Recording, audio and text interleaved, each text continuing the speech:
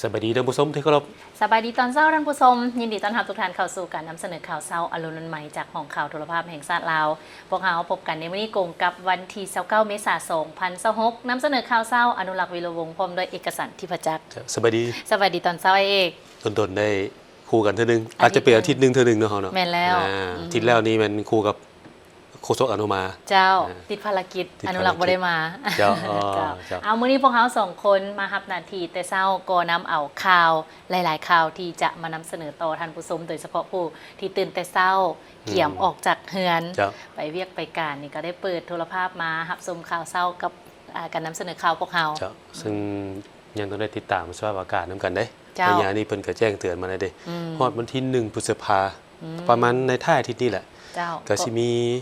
ฝนฟ้าสุรดามารบกวนเล็กน้อยกับบางเขตบางบ่อนก็สิแห้งแดงบ่อนก็สิคอยเนาะอย่าลืมติดตามการแจ้งเตือนจากทางกรมอุตุนิยมและอุทกศาสตร์เพื่อให้เฮาได้เก็บความพร้อมเพราะว่าร้อนแบบนี้พายุฤดูร้อนมากๆอย่างน้อยเฮาก็ได้เกี่ยใกล้เกี่ยมก่อนถึงว่ามันอาจจะบ่ถึงคำว่าเต็มห้อยบางเทื่อนะเพิ่นแจ้งเตือนมาเฮาได้ฮู้ว่ามันอาจจะเกิดขึ้นเฮาต้องห่างๆใกล้เกี่ยมรับมือไว้ก่อนแม่นแล้วสังเกตได้เลยว่า 2-3 มื้อที่ผ่านมาย้อนอากาศ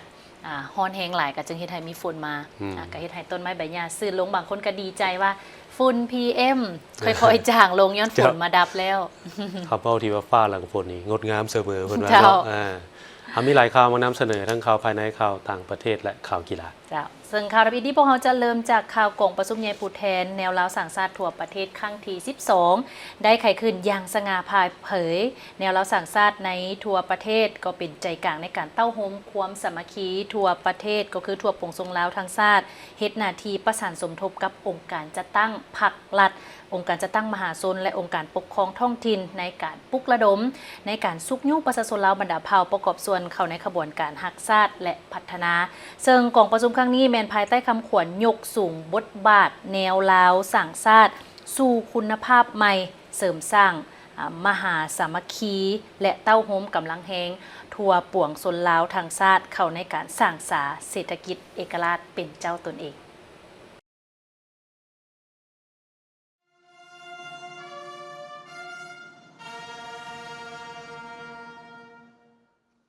กองประชุมใหญ่ผู้แทนแนวลาวสั่งชาติทั่วประเทศครั้งที่12ภายใต้การเป็นประธานของศาสตราจารย์ปริญญาเอกกี่แก้วไขคำพิทูลกรรมการกรมการเมืองศูนย์กลางพรรคประธานศูนย์กลางแนวลาวสั่งชาติเป็นเกียรติเข้าร่วมของสหายทองลุนศรีสุริตเลขาธิการใหญ่คณะบริหารงานศูนย์กลางพรรคประธานประเทศแห่งสาธารณรัฐประชาธิปไตยประชาชนลาวมีบรรดาผู้นำพรรครัฐอดีตการนำขั้นสูงพรรครัฐมีผู้แทน636สหายหญิง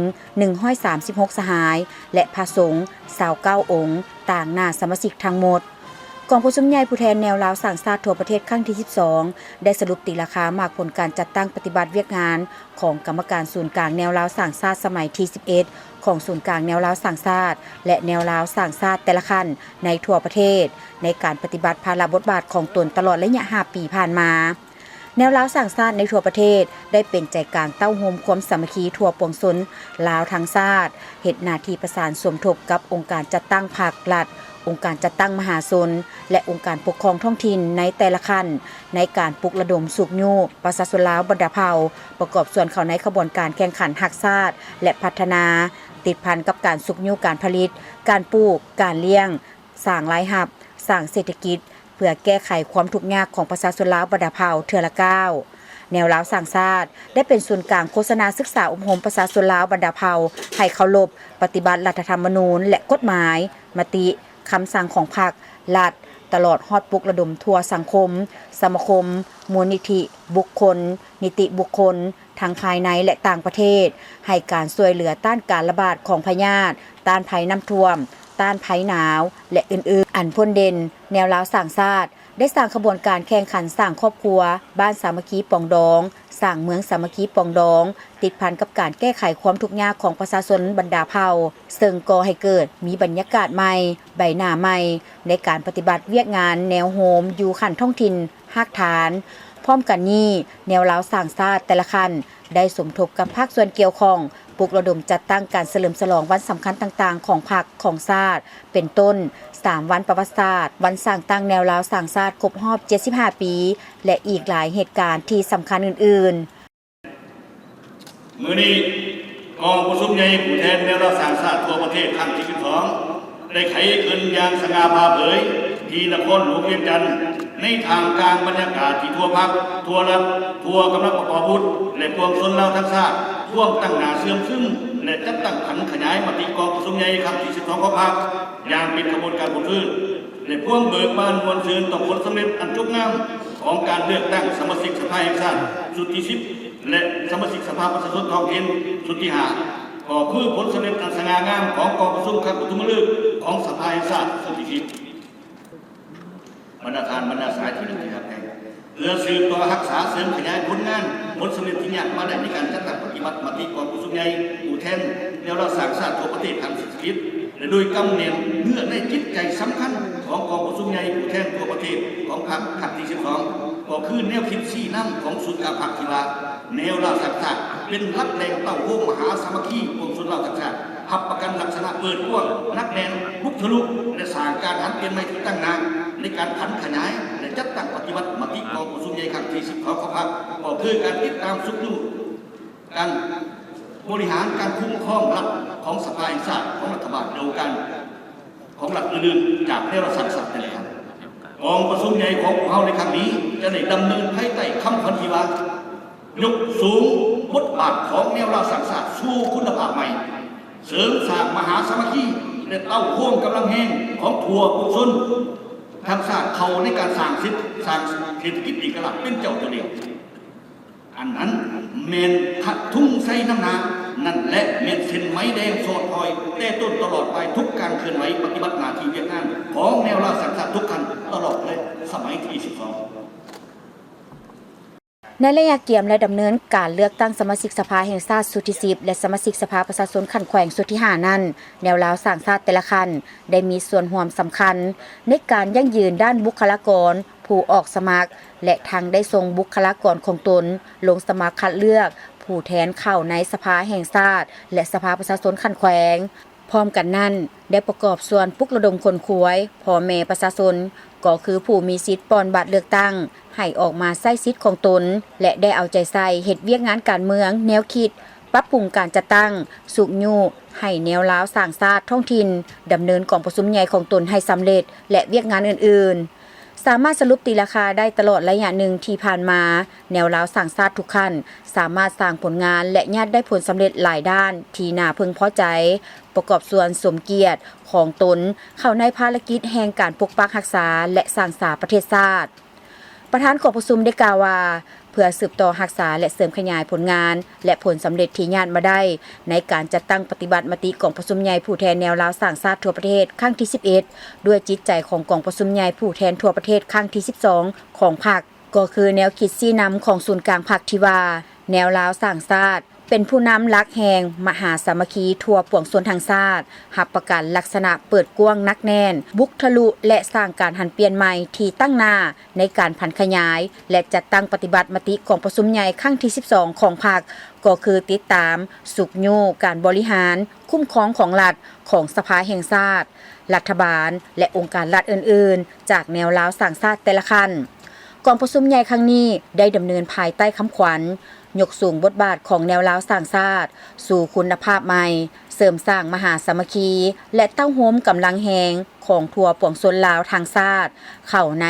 การสร้างเศรษฐกิจเอกราชเป็นเจ้าตนเองนี่แม่นเส้นไหมแดงสอดห้อยแต่ต้นตลอดปลายทุกการเคลื่อนไหวปฏิบัติหน้าที่เวียกงานของแนวลาวสร้างชาติทุกขั้นในตลอดสมัยที่12กองประชุมเทื่อนี้ได้พิจารณาและหับห้องเอาหางรายงานการเมืองแผนพัฒนาองค์การแนวลาวสร้างชาติกฎระเบียบแนวลาวสร้างชาติสมัยที่12ห่างบทสำรวจการนำพารวมของคณะกรรมการศูนย์กลางแนวลาวสร้างชาติสมัยที่6ระยะ5ปีผ่านมาหับห้องเอาการเสนอแต่งตั้งและหับห้องเอาคณะกรรมการศูนย์กลางแนวลาวสร้างชาติสมัยที่12ประธานรองประธานคณะประจำและประธานกฎการศูนย์กลางแนวลาวสร้างชาติสมัยที่12โครงประกอบบุคลากรมีลักษณะกว้างขวางหลากหลายและจำนวนที่เพิ่มขึ้นเพื่อปฏิบัติภาระบทบาทสัมพันธ์ทางการเมืองที่เป็นตัวแทนของบรรดาเผ่าสั้นคนศาสนาเพศวัยผู้ทรงคุณวุฒินักเรียนรู้ปัญญาชนในขอบเขตทั่วประเทศนับทั้งพี่น้องคนลาวอยู่ต่างประเทศ ที่หักเสื้อแพงชาติลาวที่มีความสามัคคีเป็นปึกแผ่นมีน้ำใจหักชาติอันดูดดื่มและมีความบริสุทธิ์ผุดพองต่อภารกิจปฏิวัติที่ญาติมาได้กองประชุมใหญ่ได้รับฟังการประกอบคำคิดคำเห็นของบรรดาผู้แทนกองประชุมใหญ่จำนวนหนึ่งเพื่อถอดถอนบทเรียนจากคงเขตต่างๆการงานร่วมกับแนวโฮมเพื่อเต้าโฮมกำลังแหงสั่งรวมเข้าในขบวนการเวียกงานตัวจริงของภาครัฐและกองประชุมจะได้รับฟังการโอ้ล้มของสหายทองลุ้นศรีสุริตเลขาธิการใหญ่คณะบริหารงานส่วนกลางพรรคประชาชนปฏิวัติลาวประธานประเทศเป็นเข็มซี่ทิศเยียงทางให้แก่ผู้แทนแนวลาวสร้างชาตินำไปจัดตั้งปฏิบัติในต่อหน้ากองประชุมนี้มีความหมายความสำคัญอย่างยิ่งทุกภาพแห่งชาติลาวทำการถ่ายทอดสดทั้งพิธีเปิดและพิธีปิดเจ้าเนาะแนวลาวสร้างชาตินี่ถือว่าเป็นคันทุงที่เต้าโฮมความสามัคคีของพวกเขาได้ความรักชาติของลาวพวกเขานี่แหละเนาะเจ้าเอานี่มีอีกหนึ่งเรื่องที่น่าสนใจคือปีนี้เป็นปีมิตรภาพลาวจีนพอดีครบรอบ65 ปีการสร้างตั้งสายสัมพันธ์การทูตลาวจีนซึ่งทางสมาคมชาวจีนต่างดาวเพิ่นก็ได้จัดการเฉลิมฉลองเช่นเดียวกันเนาะทางนี้ก็เพื่อเป็นการฮัดแน่นความสามัคคีของประชาชนสองชาติลาวจีนให้แน่นแฟ้นยิ่งขึ้นเพื่อเป็นการเฉลิมฉลองวันสร้างตั้งสายพัวพันธ์ทางการทูตลาวจีนครบรอบ65 ปี25 เมษายน 1961 25 เมษายน 2026 และปีมิตรภาพลาวจีนสภาการค้าชาวจีนต่างดาวประจำลาวสมาคมจีนนครหลวงเวียงจันทน์สภาการค้าจีนประจำลาวสมาคมชาวจีนพ้นทะเลและสมาคมนักศึกษาลาวเรียนจากสป.จีนเพื่อพัฒนาเศรษฐกิจสังคมได้จัดงานเฉลิมฉลองในวันที่ 24 เมษายน 2026 ที่นครหลวงเวียงจันทน์โดยการเข้าร่วมของท่านท้องสวรรค์พรหมวิหารรองนายกรัฐมนตรีกระทรวงการต่างประเทศท่านนางฟางหงเอกอัครราชทูตแห่งสป.จีนประจำลาวมีต่างหน้าจากภาครัฐบรรดาตัวแทนชาวจีนต่างดาวตัวแทนวิสาหกิจจีนและภาคส่วนที่เกี่ยวข้องการจัดงานในครั้งนี้เพื่อเป็นการเฉลิมฉลองวันครบรอบ65 ปีแห่งการสร้างตั้งสายพัวพันธ์การทูตระหว่างลาวจีนและปีมิตรภาพลาวจีนของชาวจีนต่างดาวและวิสาหกิจจีนในลาวเพื่อแนะใส่หัดแน่นความสามัคคีของประชาชนสองชาติลาวจีนให้นับมือแน่นแฟ้นยิ่งขึ้นในโอกาสนี้ท่านศิริราช ทงศิลป์ทองเพ็งประธานคณะกรรมการปกครองนครหลวงเวียงจันทน์ได้กล่าวว่า65 ปีผ่านมาสายพัวพันธ์มิตรภาพของสองชาติลาวจีนได้รับการสุขยู่ส่งเสริมและยกระดับขึ้นอย่างต่อเนื่องนับมือเข้าสู่หลวงเลิกและมีมากผลตัวจริงผ่านมานครหลวงเวียงจันทน์ได้เสริมขยายสายพัวพันธ์ร่วมมือแบบเพื่อนมิตรยุทธศาสตร์รอบด้านกับสาธารณรัฐประชาชนจีนอย่างกว้างขวางและเข้าสู่หลวงเลิกโดยได้เซ็นสัญญาร่วมมือกับ35ภาคส่วนคือ1นครหลวงปักกิ่ง13แขวง16นครและ4เมือง1เขตปกครองตนเอง12 พรรณาการค้าและเศรษฐกิจนครหลวงเวียงจันทน์มีถึง 6,311 หัวหน่วยและมี2เขตเศรษฐกิจพิเศษใหญ่คือเขตเศรษฐกิจพิเศษบึงธาตุหลวงและเขตพัฒนากวมรวมไซเสถา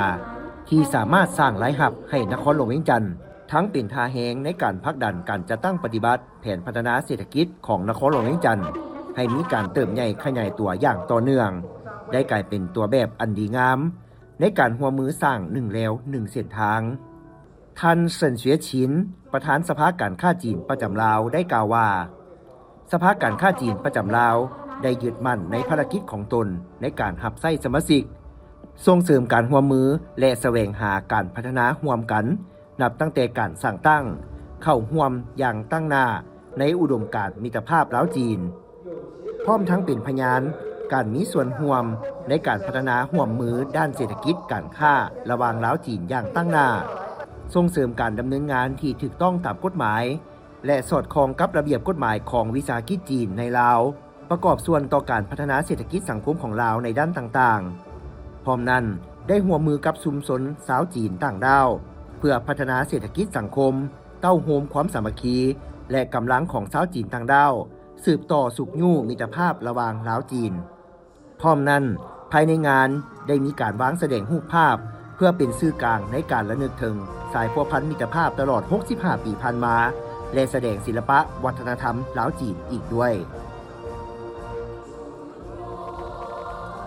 ซึ่งในปี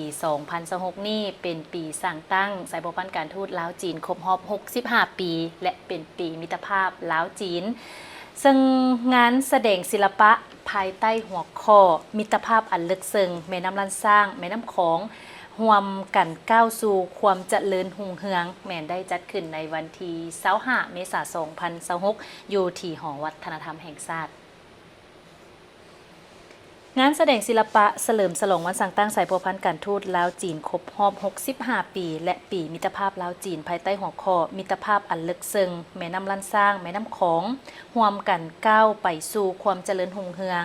โดยการให้เกียรติเข้าร่วมของทานนางเวียงทองศรีพันดร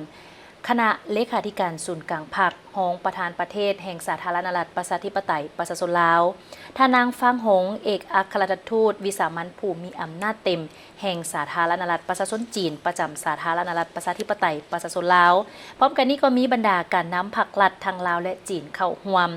สำหรับงานแสดงศิลปะมิตรภาพลาวจีนในครั้งนี้เป็นหนึ่งกิจกรรมที่สำคัญในการแลกเปลี่ยนวัฒนธรรมของสองชาติเพื่อประกอบส่วนให้แก่การเฉลิมฉลองวันสร้างตั้งสายสัมพันธ์การทูตลาวจีนครบรอบ65 ปีและปีมิตรภาพลาวจีน 2026 ให้แน่นแฟ้นยิ่งขึ้นสำหรับการแสดงศิลปะแมนประกอบนี้คณะนักแสดงจากโรงละครศิลปะซินเจียงสปจีนร่วมกับคณะนักแสดงจากกองศิลปากรแห่งชาติลาว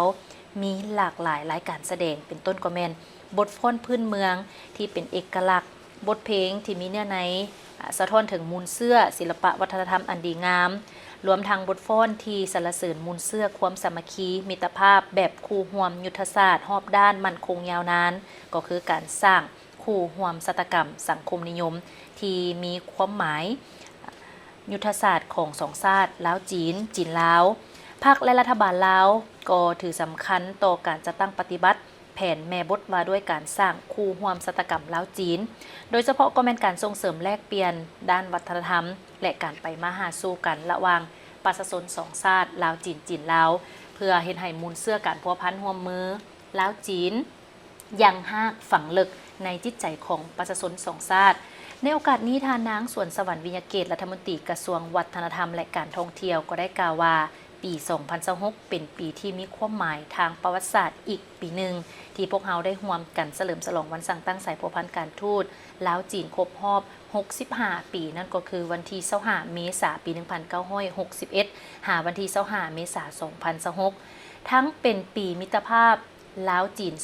2026 ตลอดระยะ 65 ปีแห่งการร่วมมืออย่างใกล้ชิดและเสมอต้นเสมอปลายระหว่างลาวและจีนได้เฮ็ดให้สายพัวพันมิตรภาพระหว่างสองชาตินับมือนับกว้างขวางลึกซึ้งด้วยการเสริมขยายมูลเสื้อปฏิวัติอันดีงามและการร่วมมืออย่างรอบด้านในทุกขงเขตเวียกงานพร้อมนี้ก็ประกอบส่วนอย่างแข็งแรงเข้าในการเพิ่มพูนคูณสร้างคู่ร่วมศัตรกรรมลาวจีนให้เป็นรูปธรรมยิ่งขึ้นตามทิศ4Dนั่นก็คือเป็นเพื่อนบ้านที่ดีเพื่อนมิตรที่ดีสหายที่ดีและเป็นคู่ร่วมมือที่ดีตลอดไปพวกเราไปต่อที่ได้มีการมอบรับโครงการบูรณะซ่อมแปลงห้องหมอมิตรภาพครั้งที่1ภายหลังดำเนินการก่อสร้างมาแต่ต้นเดือนท้ายเดือนมังกรของปี 2025พิธีมอบรับได้จัดขึ้นวันที่ 18 เมษายน 2026 ที่ห้องหมอมิตรภาพเข้าร่วมมีทานสอนไซราชวงศ์อำนวยการห้องหมอมิตรภาพมีทานเอกอัครราชทูตสหพันธ์รัสเซียประจำลาวพร้อมด้วยภาคส่วนเกี่ยวข้องท่านสอนไซราชวงศ์ได้รายงานสภาพความเป็นมารายการบูรณะการซ่อมแปลงครั้งที่1ของห้องหมอมิตรภาพโครงการนี้ได้มีการปรับปรุงซ่อมแปลงห้องหมอมิตรภาพลาวโซเวียตซึ่งเป็นห้องหมอแห่งสัญลักษณ์ของสายพัวพันร่วมมือระหว่าง2พรรคและ2รัฐก็คือ2ชาติสหพันธ์รัสเซียและสาธารณรัฐประชาธิปไตยประชาชนลาวโดยได้เปิดนำใช้มาแต่ปี 1988 เห็นว่าเป็นห้องหมอศูนย์กลางนับตั้งแต่เริ่มเปิดใช้จนถึงปัจจุบันปีนี้ก็เข้าสู่ปีที่ 38 เห็นว่าตึกอาคารหลายภาคส่วนมีหลายจุดที่มีสภาพทรุดโทรมเปจำเป็นต้องได้บูรณะคืนใหม่ให้จบงามมีใบหน้าอันใหม่ในการบริการให้แก่มวลชนจากท้องถิ่นและศูนย์กลางที่มารับใช้บริการฉะนั้นการเริ่มลงมือจัดตั้งปฏิบัติโครงการดังกล่าวแม่นภายหลังมีวิธีวางศิลาฤกษ์อย่างเป็นทางการในวันที่ 28 มังกรปี 2025 เป็นต้นมา โดยการร่วมมือกันอย่างใกล้ชิดของ4ภาคส่วนคือองค์การ UNOPS สถานทูตสหพันธ์รัสเซียคณะกรรมการกระทรวงสาธารณสุขและห้องหมอมิตรภาพทุกภาคส่วนได้เฮ็ดตามหน้าที่พระบทบาทของตนด้วยความรับผิดชอบสูงพร้อมทางได้มีการพัวพันประสานงานมีการประชุมร่วมกันและรายงานกันอย่างเป็นปกติเห็นว่าการติดตามการจัดตั้งปฏิบัติที่ผ่านมาถึงจะมีความซักซ่าบางนาเบียกแต่ทุกฝ่ายก็ได้พยายามให้มีอันสำเร็จและมีความคืบหน้าเป็นก้าวๆเพื่อเร่งใส่ให้ทันตามเวลาที่กำหนดและสามารถสำเร็จและจัดพิธีมอบรับครั้งที่1ซึ่งมีรายละเอียดดังต่อไปนี้ก็ประกอบมีหอพักพนักงานหมอตึก A และตึก B รวมมี8ล็อก64ห้องนอนห้องน้ำใหม่สำหรับแพทย์และคนเจ็บตึกบ่อนนอนคนเจ็บ2ชั้นห้องผ่าตัดฉุกเฉินอยู่แผนกฉุกเฉินสำเร็จระบบลมออกซิทางการแพทย์อยู่แผนก ICU ER และตึกบ่อนนอนคนเจ็บ2ชั้นพร้อมกันนี้ก็มีเครื่องจักรไฟฟ้าใหม่ระบบน้ำดับเพลิงในตึกอาคารเครื่องจักรการแพทย์จำนวนหนึ่งพร้อมอุปกรณ์อำนวยความสะดวกต่างๆองค์การแค่นานาชาติประจำลาวร่วมกับสมาคมนักข่าวแห่งสปป.ลาวได้มีการจัดฝึกอบรมการรายงานข่าวภายใต้หัวข้อการรายงานข่าวปัญหาสีเขียวภายใต้โครงการสร้างความเข้มแข็งให้แก่สื่อมวลชนโดยการมีส่วนร่วมขององค์การจัดตั้งมหาชนและองค์การจัดตั้งทางสังคมเพื่อการพัฒนาสีเขียวในลาว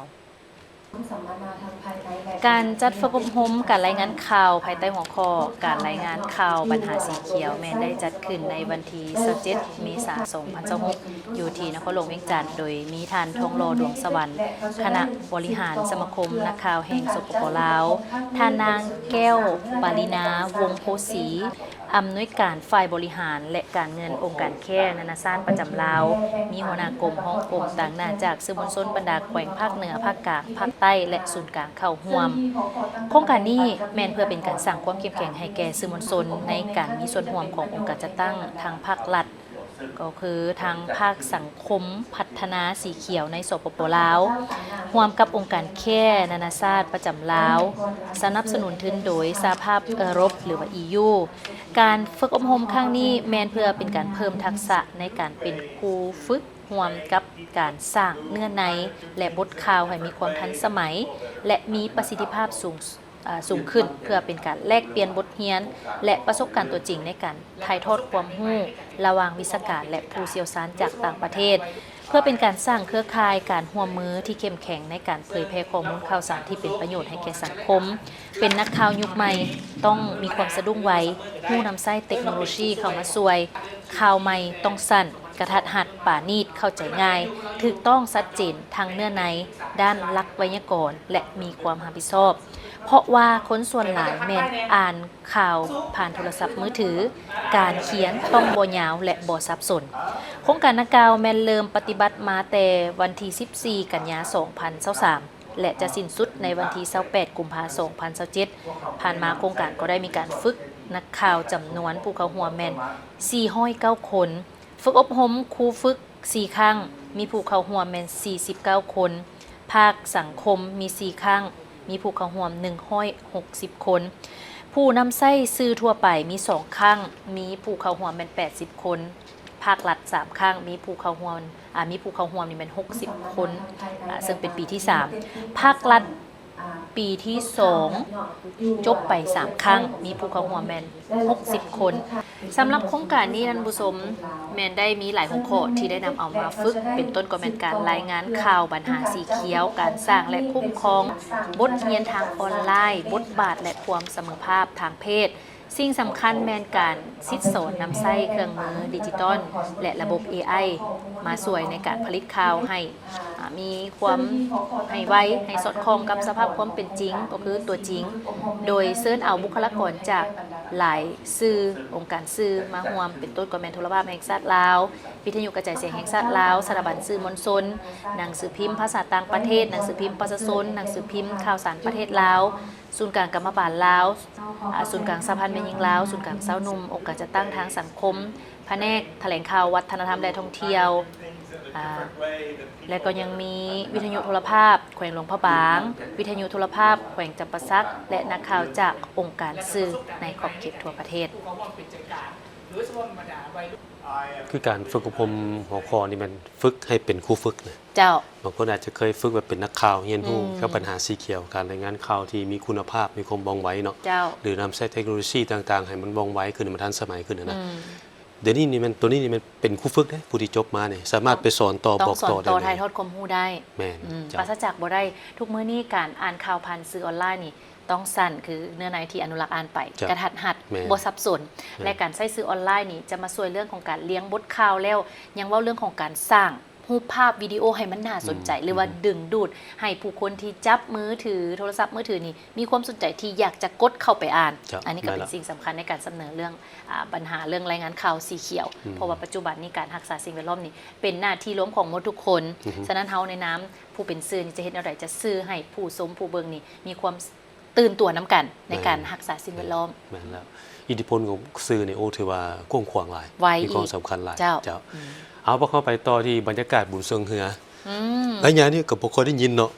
บุญปีใหม่แล้วนี่บ่ค่อยมีบุญทรงเฮือเลยวันหลังจากนั้นนะแต่ว่าอยู่เมืองงาแขวงอุดมไซเพิ่นจัดบุญทรงเฮือประจำปีข้อมูลที่ถือว่าน่าสนใจได้บางคนอาจจะบ่ฮู้เพิ่นจัดระยะๆนี่แหละยามอากาศมันร้อนลงไปลิ่นน้ำนะตามเมื่อก่อนที่เพิ่นเฮ็ดมาและเป็นการเอิ้นว่ากราบไหว้ห้วยน้ำขอฟ้าขอฝนคล้ายๆเฮาสิฮอดบุญบั้งไฟเนาะขอฟ้าขอฝนแต่ว่าทั้งเมืองงานี่เพิ่นก็เป็นบุญทรงเฮือเฮ็ดแบบนั้นเจ้าบุญทรงเฮือนี่ติดตามนำกันได้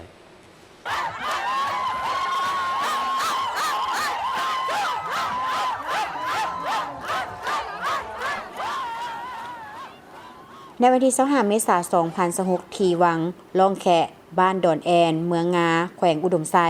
ได้มีการจัดการแข่งขันกีฬาเฮือสวงประเพณีประจำปี 2026 เพื่อเป็นการสืบสานวัฒนธรรมอันดีงามสร้างบรรยากาศแห่งความสามัคคีภายในท้องถิ่นติดพันกับการท่องเที่ยวภายในเมือง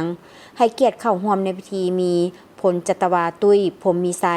คณะประจำภาคแขวงผู้ซีนำเมืองงาทานทองคารวัสดากรเลขาคณะบริหารงานภาคเมืองพร้อมคณะนำขันแขวงขันเมืองบริษัทห้างห้านและพ่อแม่ประชาชนบรรดาเผ่าเข้าร่วมสมร่วมเสียอย่างคับค้าหนาแน่นในพิธีทานเวียงไซคำพจันทร์ประธานคณะกรรมการปกครองเมืองได้กล่าวเปิดการแข่งขันอย่างเป็นทางการสำหรับการแข่งขันในปีนี้มีทีม4พายเข้าร่วมทั้งหมด19ทีมในนั้นมีทีมหญิง8ทีมและทีมชาย11ทีมรวมมีนักกีฬาเข้าร่วม475คนเป็นหญิง200คนตลอดการแข่งขัน4พายแต่ละทีมได้สุ่มกำลังแฮงกำลังใจสิงไสกันอย่างดุเดือดท่ามกลางเสียงเชียร์ของมวลชนที่มาร่วมงานอย่างหลวงหลายสำหรับทีมที่ได้รับชนะเลิศประเภททีมหญิงแม่นทีม4พายบ้านทินรองชนะเลิศบ้านห้วยคานและอันดับ3แม่นบ้านห้วยเซยส่วนประเภททีมชายชนะเลิศแม่นทีมบ้านทินรองชนะเลิศแม่นบ้านดอนแอนและอันดับ3แม่นบ้านเมืองงาทีมบี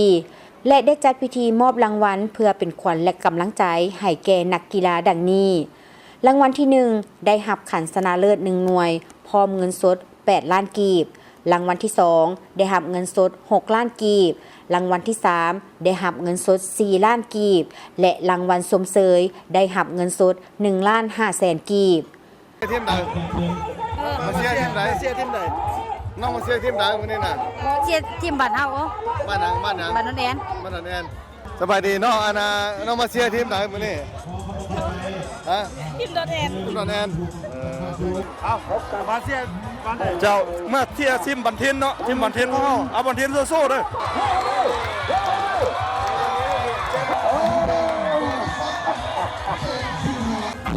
คนละทีมปีเดียวนี่ได้ที่1เอาที่1ทั้งยิงทั้งสายฝึกคนมาแต่เป็นในสร้างเรือเนาะมาฝึกฮะมันชนเลยซับแล้วเอาใจดีๆเลยสู้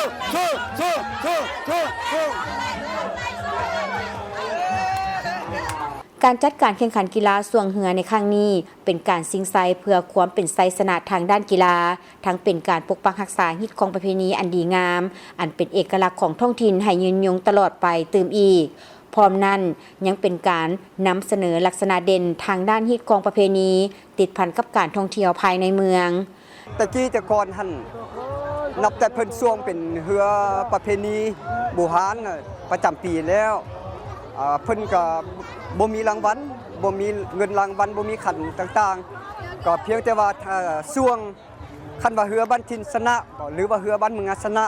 ก็ขึ้นไปบ้านแล้วก็มีแต่ว่าได้เอามะพร้าวอ่อนมาเลี้ยงกันเพราะว่ามีมะพร้าวหลายเด้ตะกี้เห็นหรือ3มะพร้าวตะกี้แล้วมันเดิมพันกันด้วยมะพร้าวอ่อนเหล้าขาวแล้วก็ส้มป่าเด้เพราะบุญปีใหม่แล้วแต่ละเฮือนต้องมีเอาป่ามาเฮ็ดคั้นส้มไว้2-3บ้างอันนั้นมันเป็นอย่างนั้นตะกี้หั่นน่ะช่วงทุกปีหั่นน่ะมันเดิมพันกันด้วยมะพร้าวอ่อนถ้าว่าเมืองงาสาวนุ่มเมืองงาบ่ชนะก็ถือว่าได้เลี้ยงมะพร้าวสาวนุ่มบันทินคันสาวนุ่มบันทินบ่ชนะก็ถือว่าเอามะพร้าวอ่อนหั่นเหล้าขาวแล้วก็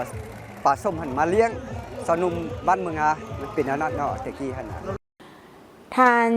ศรีสุพรรณ ส.วังษาพนักงานบำนาญอดีตหัวหน้าห้องการวัฒนธรรมและท่องเที่ยวเมืองได้ให้สัมภาษณ์และเล่าประวัติความเป็นมาของเทศกาลบุญสวงเฮือประจำปีของเมืองงาวาในเมื่อก่อน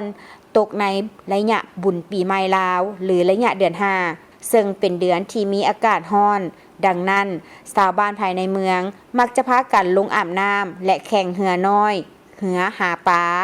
เพื่อซิ่งเอามะพร้าวหวานทุกๆปีและต่อมาได้จัดการแข่งขันเหือสวงบูชาห้วยน้ำขอฟ้าขอฝนเพื่อการผลิตในฤดูฝนของประชาชนมาฮอดปัจจุบันบุญดังกล่าวทางแขวงเมืองได้ยกระดับและกำหนดเอาบุญดังกล่าวนี้เป็นเทศกาลบุญสวงเฮือประจำปีและกำหนดเอาหลังปีใหม่ลาวของทุกๆปีในระหว่างวันที่25เดือนเมษาเป็นมื้อจัดงานบุญสวงเฮือประจำปีของเมืองงาแขวงอุดมไซ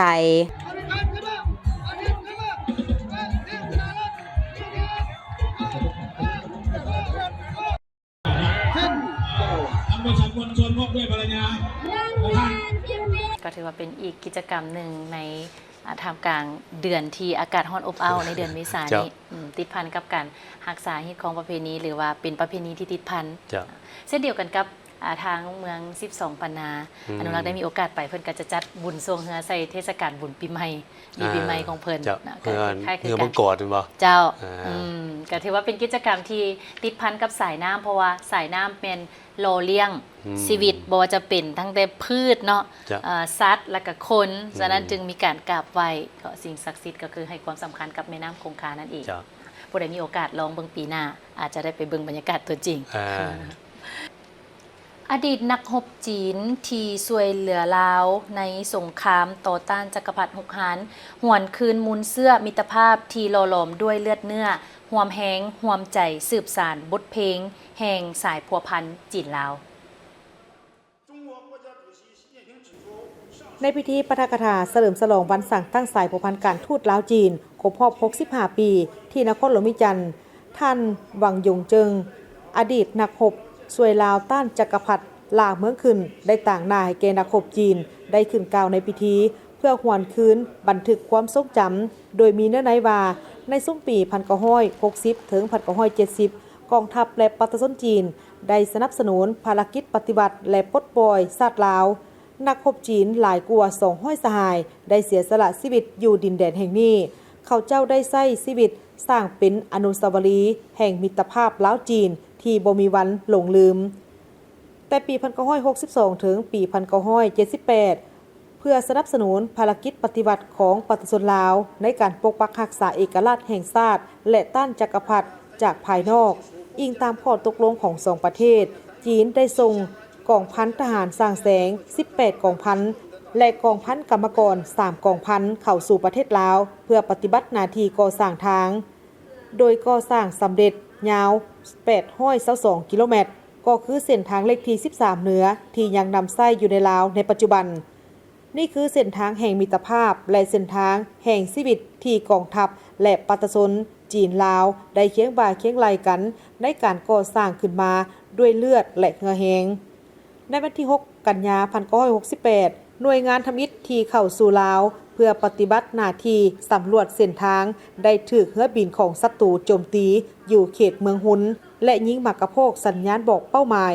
สหายเจียงซูซุ่นและสหายอื่นๆอีกรวมแล้ว13สหายได้เสียสละชีวิตอย่างองอาจกล้าหาญมีเพียง5สหายเท่านั้นที่ฮู้ชื่อส่วนวีรชนอีก8สหายแม่นได้เสียสละชีวิตอยู่ดินแดนแห่งนี้ตลอดกาลกลายเป็นนักรบนิรนามแต่ได้ใช้ชีวิตเพื่อเปิดทางให้แก่ทั้งใหญ่ที่จะตามมาขัวข้ามน้ำอู่เป็นทางสายใหม่ตะวันออกขัวแห่งนี้ตั้งอยู่จุด200กิโลเมตร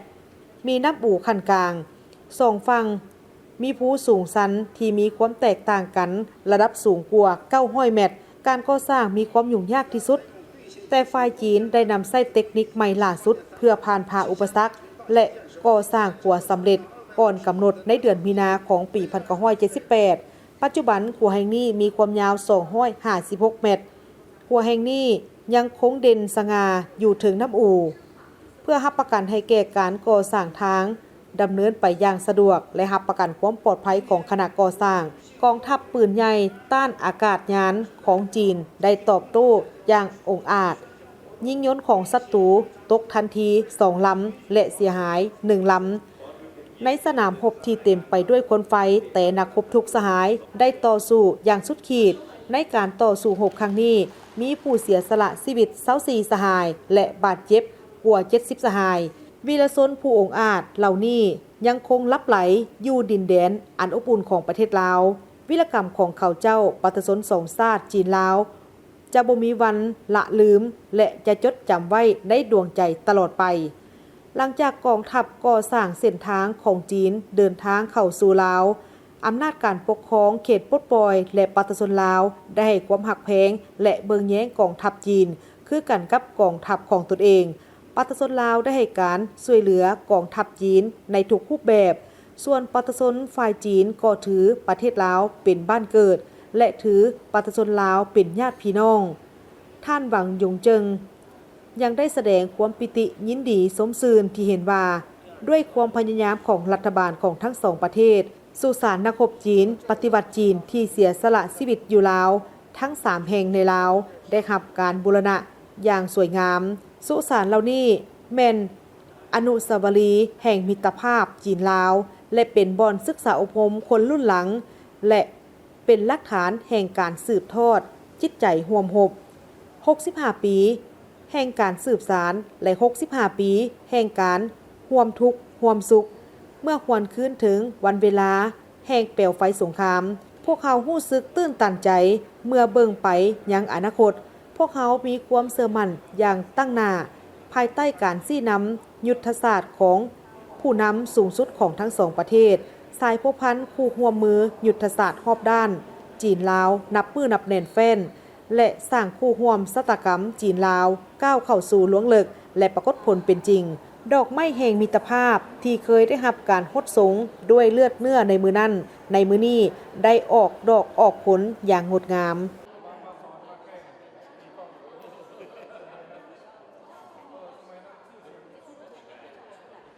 เข้ามาต่ออีกเรื่องนึงที่น่าสนใจเกี่ยวกับปากท้องของพวกเขานี่แหละ เจ้า อัตราเงินเฟ้อ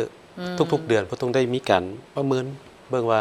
เป็นเท่าใดเนาะเจ้าแต่ตัวเลขปัจจุบันอนุรักษ์เดือนเมษายนนะขึ้น2ตัวเลขถือว่าเพิ่มขึ้นเจ้าส่วนหลายมันหมวดพวกสินค้าการบริการที่ว่าเพิ่มขึ้นมาเจ้าคือตามการรายงานของศูนย์สถิติแห่งชาติกระทรวงการเงินได้ให้ฮู้ว่าอัตราเงินเฟ้อของลาวเฮาในเดือนเมษายน 2026อยู่ในระดับ 10.2 ส่วนห้อยโดยสืบต่อเพิ่มขึ้นจากเดือนมีนาจากระดับ 9.7 ส่วนห้อยเมื่อสมเทียบระดับการเปลี่ยนแปลงของราคาสินค้าและบริการกับเดือนที่ผ่านมาเห็นว่าสืบต่อเพิ่มขึ้นในนั้นหมวดคมนาคมและขนส่งเพิ่มขึ้น 23.7 ส่วนห้อยหมวดที่พักอาศัยน้ำประปาไฟฟ้าและเสื้อเพิงหุงต้มเพิ่มขึ้น 19.4 ส่วนห้อย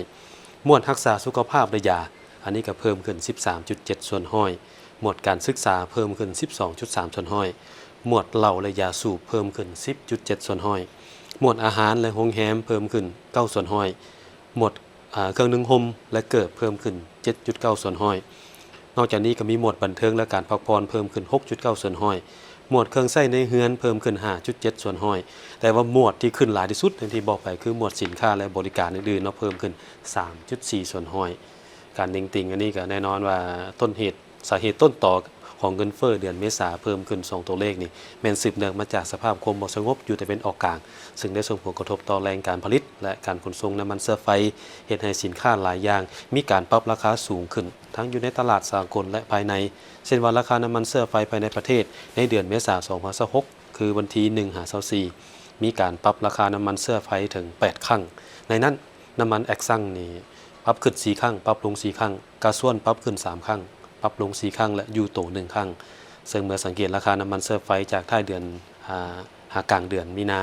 แล้วก็ไปจนถึงเดือนเมษายนนี่น้ำมันแอกซังธรรมดานี่ปรับจาก 32,764 กีบต่อลิตรมาเป็น 47,54 กีบก็คือ 40,000 กีบเนาะต่อลิตรเพิ่มขึ้นนี่โอ้ถึง 24.4 ส่วนห้อยน้ำมันกระส่วนก็ปรับจาก 32,624 กีบต่อลิตรมาเป็น 50,444 กีบต่อลิตรเพิ่มขึ้นถือว่า50กว่าส่วนห้อยถือว่าสูงหลายเนาะเจ้าเชื่อว่าหลายคนก็ได้รับผลกระทบโดยเฉพาะผู้ที่นำใช้พาหนะที่ต้องใส่น้ำมันบ่ว่าจะเป็นแอดซังหรือกาส่วนเดี๋ยวนี้ราคาก็จะอยู่ที่ประมาณ 45,000 นะสำหรับกระส่วนประมาณนี้ขึ้นลงน้อยนึงแล้วก็สำหรับแอดซังอีกกันยังอยู่ในราคาที่แบบว่าทุกคนต้องได้พยายามประหยัดหรือว่าสมไส้ให้ระหว่างทางไปต้องได้จัดสรรทางด้านเวลาดีๆตอนพวกเขาบ่ได้รับผลกระทบจากความบ่สงบถือเป็นออกกลางนี่จื้อได้ว่าน้ำมันเฮานี่ประมาณ29แม่นบ่อยู่ราวๆนี่ขึ้นลงน้อยนึงเดี๋ยวนี้นี่หลัก40หลักน้อง50นี่ถือว่ายังหนักอยู่หลายๆประเทศก็ได้รับผลกระทบเช่นเดียวกันเมื่อเว้าถึงอัตราเงินเฟ้อแล้วกับพวกเฮาล้มกันอยู่เรื่องของน้ำมันฉะนั้นทางสปป.ลาวก็ได้ประกาศ4มาตรการหลักเพื่อรับมือกับราคาน้ำมันแพงกองประชุมพิเศษรัฐมนตรีพลังงานอาเซียน Special AMEM ได้จัดขึ้นในวันที่24เมษายน2026ผ่านระบบออนไลน์กองประชุมดังกล่าวนำพาโดยท่านปริญญาเอกมโนทองวงไซรองรัฐมนตรีกระทรวงอุตสาหกรรมและการค้าเป็นหัวหน้าคณะให้แก่สปป.ลาวพร้อมนี้ก็มีท่านนางสันติสุขพิมพ์จันทร์เป็นเจ้าหน้าที่อาวุโสพลังงานอาเซียนแห่งสปป.ลาวหัวหน้ากรมนโยบายวางแผนพัฒนาและประเมินผลพร้อมด้วยต่างหน้าจากภาคส่วนที่เกี่ยวข้องของกระทรวงอุตสาหกรรมและการค้ารัฐวิสาหกิจน้ำมันเชื้อไฟลาวและก็มีรัฐวิสาหกิจไฟฟ้าลาวได้เข้าร่วมกองประชุมในครั้งนี้จุดประสงค์ของกองประชุมแม้นเพื่อเป็นการปรึกษาหารือร่วมกันกับบรรดาประเทศอาเซียนบวก3และคู่ร่วมพัฒนาต่อกับผลกระทบของสถานการณ์ในตะวันออกกลางต่อความ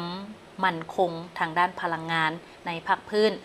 ซึ่งหลายๆประเทศสมาชิกอาเซียนก็ได้ให้ความเห็นว่าในคงเขตภาคพื้นอาเซียนตะวันออกเฉียงใต้แม้นเพิ่งพาการนำเข้าน้ำมันและไอแก๊สในปริมาณมหาศาลจากตะวันออกกลางและเฮ็ดให้ได้รับผลกระทบอย่างหลีกเลี่ยงบ่ได้ต่อกับการหยุดชะงักในการสนองและผันผวนก็คือผันเปของราคาที่มีท่าเอียงสูงขึ้นเรื่อยๆดังที่มาตรฐานได้รับผลกระทบอยู่ในปัจจุบันนี้เนาะและพร้อมเดียวกันนั้นก็ได้มีการปรึกษาหารือเกี่ยวกับวิธีการรับมือต่อกับสถานการณ์ในต่อหน้าซึ่งบรรดาประเทศสมาชิกอาเซียนก็ได้ปฏิบัติมาตรการและนโยบายอิงใส่ท่าแห่งด้านพลังงานของประเทศตนเช่นว่ากระจายซอกแรงน้ำมันเพิ่มการสำรองพลังงานและก็การควบคุมราคาและอื่นๆในระดับภาคพื้นอาเซียนได้เน้นหนักถึงการเพิ่มทวีการร่วมมือในโดยผ่านขอบหน้าเวียกที่มีอยู่เพื่อเป็นการเพิ่มทวีการแลกเปลี่ยนข้อมูลข่าวสารการกะเกียมการประสานงานในมาตรการรับมือฉุกเฉินถ้าจำเป็นสำหรับสปป.ลาวก็ได้รับผลกระทบเช่นเดียวกันกับหลายประเทศเนื่องจากมีการเพิ่งพาการนำเข้าน้ำมันเชื้อไฟจากต่างประเทศซึ่งท่านปริญญาเอกมโนทองวงไซได้มีความเห็นเกี่ยวกับนโยบายของสปป.ลาวเพื่อรับมือกับสถานการณ์ในการผันเปด้านพลังงานในปัจจุบันอันที่1ก็แม่นนโยบายลดภาษีน้ำเข้าน้ำมันเพื่อควบคุมราคาน้ำมัน2แม่นกระตุ้นการส่งเสริมการนำใช้พลังงานทางเลือกที่มีท่าแรงภายในประเทศเพื่อลดพรการนำเข้าน้ำมันเชื้อไฟ 3เป็นมาตรการผ่อนผันให้แก่พนักงานโดยซับเปลี่ยนกันในการมาประจำการ4แม่นการโฆษณาเผยแพร่ให้แก่สังคมในการประหยัดพลังงานเป็นต้นก็แม่นส่งเสริมการนำใช้พาหนะไฟฟ้าการนำใช้รถสาธารณะให้หลายขึ้นนอกจากนี้ก็ยังเพิ่มทวีการร่วมมือในการเสื่อมโตสายส่งพลังงานไฟฟ้าและศึกษากลไกต้องโซ่โครงการสนองน้ำมันเสื้อไฟในภาคพื้นเชื่อว่า4มาตรการนี้ถ้าปฏิบัติได้น่าจะดีขึ้นแล้วเนาะวันนี้เฮามาต่อที่เรื่องเด่นในวงการศึกษาได้มีการประกาศมาแล้วการสอบเสียงนักเรียนเก่งระดับชาติแต่ว่ามีน้องผู้นึงจากจำปาสักเนาะชีวตกหล่นบ่อันนี้บ่แน่ใจเพราะว่าเพิ่นไปกวดคืนว่ากรรมการเฮานับคะแนนมีผิดพลาดหน่อยนึงเขาเลยว่าไปทำการกวดสอบเมื่อคืนหมดแล้วก็เลยว่ามีน้องผู้นึงคนนี้แหละม.4 วิชาคณิตศาสตร์และเป็นหนึ่งเดียวจากแขวงจำปาสักเองที่ว่าได้ชนะเลิศนักเรียนเก่งชั้นม.4 ระดับชาติเฮาเนี่ยเนาะเป็นน้องที่ถือว่าหลายคนก็บ่คาดคิดบ่นั้นบ่แน่ใจแต่ว่าจำปาสักดีใจขนาดแหละเพราะเป็นหนึ่งเดียวจากจำปาสักเลยคนเดียวตัวแทนคนเดียวจากแขวงจำปาสักจำปาสักยอมรับว่าหลายๆของเขตคือกีฬานี่ได้แซมได้อย่างมาใหญ่ระดับชาติเจ้าจะมีพิธีต้อนรับเฮกันพิลึกนะมันเป็นการซุกยู่ส่งเสริมให้เห็นว่าการเอาใจใส่ของการนำภาครัฐเนาะทั้งหมดทั้งแขวงเพิ่นนั่นแหละเนาะเพื่อให้เป็นแบบอย่างให้แก่ผู้อื่นๆต่อไปเรื่องนี้ก็น่าสนใจเนาะในวันที่27เมษายนผ่านมานี่ทางคณะพิสอบจัดการแข่งขันสอบเสิ่งนักเรียนเก่งระดับชาติชั้นม.4 ม.7 เพิ่นก็ได้จัดพิธีมอบรางวัลชนะเลิศอันดับที่1ให้แก่นักเรียนเก่งจากแขวงจำปาสักโดยการให้เกียรติเข้าร่วมของท่านนางปริญญาเอกท่านปริญญาเอกท่านนางดารวรกิติพันธ์รองรัฐมนตรีกระทรวงศึกษาธิการและกีฬาพร้อมด้วยภาคส่วนเกี่ยวข้องเข้าร่วมท่านนางน้อมคำจันทบุรีหัวหน้ากรมสามัญศึกษากระทรวงศึกษาธิการและกีฬารายงานว่าการสอบเสียงแข่งขันนักเรียนเก่งระดับชาติชั้นมัธยมศึกษาประจำศุกร์เรียน 2025-2026 ได้จัดตั้งปฏิบัติในวันที่20ถึงวันที่24เมษายนผ่านมาและได้จัดพิธีประกาศผลมอบรับรางวัลในวันที่24เมษายนผ่านมานั้นมาฮอดวันที่27เมษายนกระทรวงศึกษาธิการและกีฬาได้ประกาศรางวัลตืมอีก1รางวัลเหตุผลแม้นเนื่องจากว่ามีการบันทึกคะแนนของคณะกรรมการที่ผิดพลาดนิดนึงเนาะในคะแนนตกหล่นก็เพื่อให้ผู้เกี่ยวได้รับความยุติธรรมกรมสามัญศึกษาจึงได้ดำเนินการกวดคืนนำคณะกรรมการรับผิดชอบกวดบทแต่ละวิชาแหละโดยเฉพาะวิชาคณิตศาสตร์นี้จะเห็นได้ว่าคะแนนของเท่าพรภสิทธิ์บัวระบงนักเรียนชั้นมัธยมศึกษาตอนต้นหรือว่าม .4 จากแขวงจำปาสักติดอันดับที่1วิชาคณิตศาสตร์คะแนนของน้องนี่บ่ธรรมดาได้อนุรักษ์ 9.5 เกือบเต็ม10โอ้คณิตศาสตร์ได้วิชาคิดไรเกือบเต็ม10เนาะฉะนั้นจึงได้มีการค้นคว้าพิจารณาครับฮ้อของผู้เกี่ยวเป็นนักเรียนเก่งระดับชาติในศกนี้ประเภทที่1เลยเนาะพร้อมทางได้มอบเหรียญคำบ่มีแต่กีฬานักกีฬาให้เหรียญคำคือกันให้เหรียญคำคือกันเหรียญชนะเลิศแล้วก็เงินรางวัลขั้นเงินรางวัลจือได้ชนะเลิศกับ13 ล้าน13 ล้านกีบเนาะเป็นกำลังใจให้น้องนั้นข้อตกลงนี้ก็ถือว่าได้รับรู้กันเป็นทางการนั่นแหละเพื่อบ่ให้ตกหล่นก็หมายความว่าที่1ก่อนหน้านี้มันน้องผู้นึงน้องฟ้าใสจากเมืองทาโทมแขวงไชสมบูรณ์เป็นน้องเพชรยิงเนาะก็ได้คือกันอันนี้มันตื่มมาอีกพิเศษเลยเนาะมากดคืนแล้วเห็นว่าคะแนนของน้องอยู่ทางจำปาสักนี่มันคะแนนสูงใน 9.5 ถือว่าเก่งหลายเนาะสมเสยทั้งการจัดตั้งดีเกี่ยวของเพิ่นก็บ่ได้ปะละเพิ่นเห็นว่ามันมีขอผิดพลาดนิดนึงก็ไปกวดเมื่อคืนเพื่อความยุติธรรมความโปร่งใสก็ตื่มรางวัลให้น้องไปเลยเนาะเจ้าเอาดีใจนำน้องเองที่สามารถพิสูจน์ตัวเองได้และก็ดีใจนำครอบครัวผู้ปกครองดีใจนำคณะครูอาจารย์ที่ได้ศิษย์สอนให้ลูกศิษย์ได้เอาน้ำคงฮูกมาในการแข่งขันครั้งนี้ถือว่าได้ชนะไปและดีใจที่สุดกับแมนทางแขวงจำปาสักเป็นของขวัญใหญ่ของแขวงเลยก็ว่าได้สำหรับวิทยางานการศึกษาแต่ขอเป็นกำลังใจให้น้องๆทุกคนสามารถเฮ็ดได้เนาะสามารถใช้เส้นทางของการทำเรียนของตัวเองนี้เพื่อจะไปฮอดจุดสูงสุดในการแข่งขันได้บ่แม่นเฉพาะแต่น้องคนเดียวอาจจะมีหลายคนที่มีพรสวรรค์แต่บางคนอาจจะมีข้อจำกัดให้ตัวเองยังมีข้อว่าย่านเนาะบ่กล้าออกข้ามเส้นไปว่าเฮ็ดบ่ได้ดอกอันนี้เป็นคำเว้าที่บ่ควรเอามาใส่ตัวเองต้องบอกว่าเฮาต้องเฮ็ดได้แล้วผลสำเร็จก็จะมาถึงเฮาบ่ซ่าก็ไว้การเข้าแข่งขันครั้งนี้บ่ได้ชนะก็บ่เป็นหยัง สู้บ่ถอยข้างหน้าถ้าว่ายังอยู่ในเกณฑ์อายุเขาก็สามารถเข้าประกวดหรือว่าเข้าแข่งขันได้คือกันเจ้า มีทุกโรงเรียนเนาะ เอานอกจากเวียกงานการศึกษาแล้วท่านผู้ชมมาเบิ่งเกี่ยวกับผลกระทบ โดยเฉพาะก็คือพายุฤดูร้อนในวันที่23-24 เมษายนที่ผ่านมาเฮ็ดให้ประชาชนอยู่6บ้านของเมืองท่าแขกแขวงคำมวนได้รับผลกระทบจากพายุฤดูร้อนในครั้งนี้ซึ่งก็ได้รับการช่วยเหลือเบื้องต้นสภาพฝนตกหนักและลมพัดแห้งเนาะลมพัดผ่านในวันที่23-24 เมษายน 2026 ที่ผ่านมาเฮ็ดให้เฮือนซานของพ่อแม่ประชาชนอยู่6บ้านของเมืองท่าแขกแขวงคำมวนได้รับผลกระทบส่วนหลายก็จะเป็นหลังคาเฮือนและก็ฝาเฮือนที่ก่อด้วยดินบล็อกและฝาไม้เซอร่าเพิ่นเอิ้นว่าได้รับผลกระทบถูกลมพัดเปเสียหายประกอบมีอยู่บ้านม่วงลาดควยจำนวน6หลังอยู่บ้านโพนเยียน้อย1หลังและก็ลำมาลาด1หลังบ้านโคกเฮ็ด1หลังนาโดน1หลังเฮ็ดให้ประชาชนที่ได้รับบ้านที่ได้รับผลกระทบนักก็แม่นบ้านโพนเยียใหญ่มีทั้งหมดแม่น51หลังต่อกับเหตุการณ์ดังกล่าวการนำคันเมืองก็ได้ซี้นำคณะการที่เกี่ยวข้องร่วมกับกำลังปกสจัดตั้งบ้านแล้วก็พ่อแม่ประชาชนได้มีการสมทบซ่อมแปลงแล้วจำนวนหนึ่งด้วยความเป็นห่วงเป็นใยต่อชีวิตการเป็นอยู่ของพ่อแม่ประชาชนที่ได้รับผลกระทบต่อเหตุการณ์ดังกล่าวในวันที่25 เมษายน 2026 ที่ผ่านมาท่านไสสนาโคตรภูธรเลขาคณะบริหารงานภาคแขวงคำมวนพร้อมด้วยการน้ำของแขวงได้น้ำเอาเอิ้นว่าเครื่องเนาะไปช่วยอยู่ทางเมืองท่าแขกก็คือลงไปติดตามแล้วก็ปัจจัยเป็นเงินสดจำนวน100 ล้านกีบเนาะเป็นเงินสด100 ล้านกีบนำไปมอบให้แก่ครอบครัวที่ได้รับผลกระทบจำนวนปัจจัยดังกล่าวจะบ่สามารถตอบสนองความเสียหายได้ทั้งหมดแต่ว่าก็จะช่วยแบ่งเบาความทุกข์ยากก็คือความลำบากของพ่อแม่ประชาชนในเบื้องต้นโอกาสเดียวกันการนำแขวงก็ยังได้แสดงความเป็นห่วงเป็นใยและก็ให้กำลังใจพร้อมทางมีคำเห็นในการจะให้กับการจะตั้งบ้านให้เอาใจใส่เพิ่มทวีการซี้นำพาอย่างใกล้ชิดและมีความเข้มแข็งนำพาประชาชนเข้าร่วมอย่างเป็นขบวนฟดฟื้นให้พ่อแม่ประชาชนมีส่วนร่วมในความสามัคคีพร้อมเพรียงเฮียงหน้ากันในการซ่อมแปลงเฮือนซานของตนเองและก็เอิ้นว่าภายในบ้านเนาะเพื่อให้กลับคืนสู่สภาพปกติโดยไวท่านผู้ชมที่เคารพทั้งหมดนี้คือการนำเสนอข่าวเศร้าอรุณวันใหม่จากห้องข่าวโทรภาพแห่งชาติลาวขอบใจทุกท่านที่ให้เกียรติติดตามรับชมมาฮอดตอนนี้โฆษกทั้งสองพร้อมด้วยทีมงานข่าวลาไปก่อน สบายดี